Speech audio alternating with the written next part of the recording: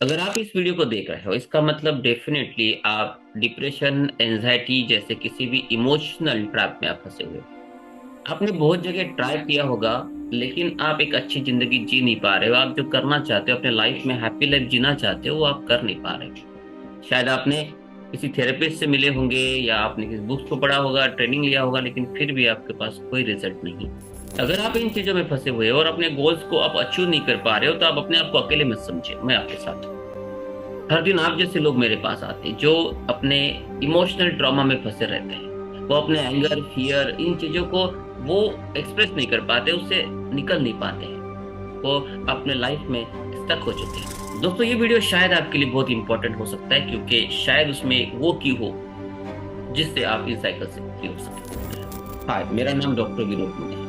दोस्तों, मैं हिप्नोथेरेपिस्ट हूँ और पिछले 20 सालों से मैं साइकोलॉजिकल प्रॉब्लम्स के ऊपर वर्क कर रहा हूँ, ताकि मैं आप जैसे लोगों को हेल्प कर सकूं। तो दोस्तों, इस स्पेसिफिक गाइड में मैं आपको बताने वाला हूँ कि कैसे आपके साइकोलॉजिकल प्रॉब्लम के लिए आपके रूट कॉज रिस्पॉन्सिबल होते हैं, और उस रूट कॉज की वजह से आपका लाइफ कैसे प्रॉब्लमेटिक बन चुका है, और ये सब सॉल्व कर सकते हैं हम हिप्नोथेरेपी के माध्यम से।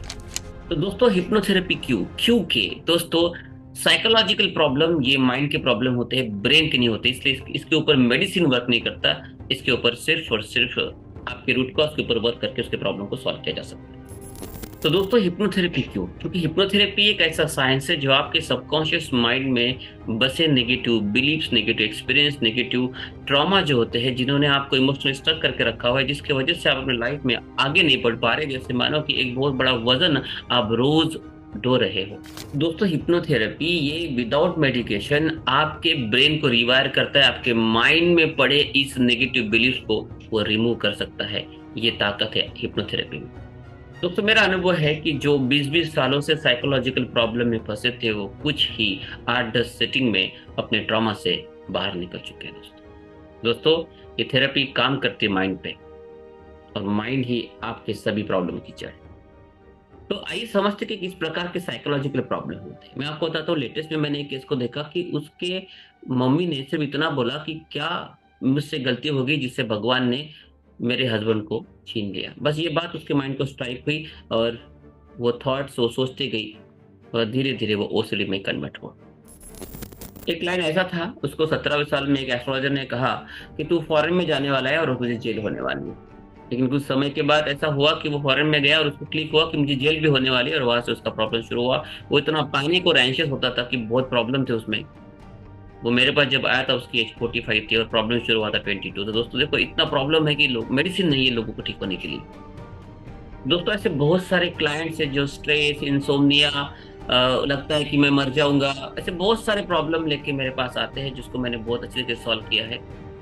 तो दोस्तों, ये सभी प्रॉब्लम हम सॉल्व कर सकते हैं हिप्नोथेरेपी से। तो दोस्तों, मेरे इस एक्सपीरियंस के अनुसार साइकोलॉजिकल प्रॉब्लम में सबसे बड़ी प्रॉब्लम है। क्योंकि अगर आपको फिजिकल बीमारी होती है तो सिर्फ आप परेशान होती है, लेकिन साइकोलॉजिकल प्रॉब्लम में तो पूरा घर परेशान होता है। तो इसलिए सबसे इंपॉर्टेंट बात, आप स्टेप लीजिए। मैंने एक फॉर्म दिया है, उसमें अपने सारे डिटेल्स भेजिए, आपको इसके बारे में डिटेल्स आ जाएगा। क्योंकि साइकोलॉजिकल प्रॉब्लम ऐसे है कि जब वो बढ़ जाते हैं तो उसे कंट्रोल करना बहुत डिफिकल्ट होता है।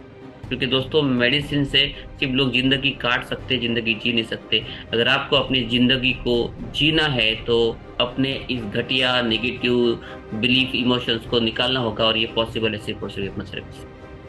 तो दोस्तों, हमारा माइंड सबसे इंपॉर्टेंट है। अगर आपके लाइफ में आप ग्रोथ चाहते हो तो माइंड पे वर्क करना बहुत जरूरी है।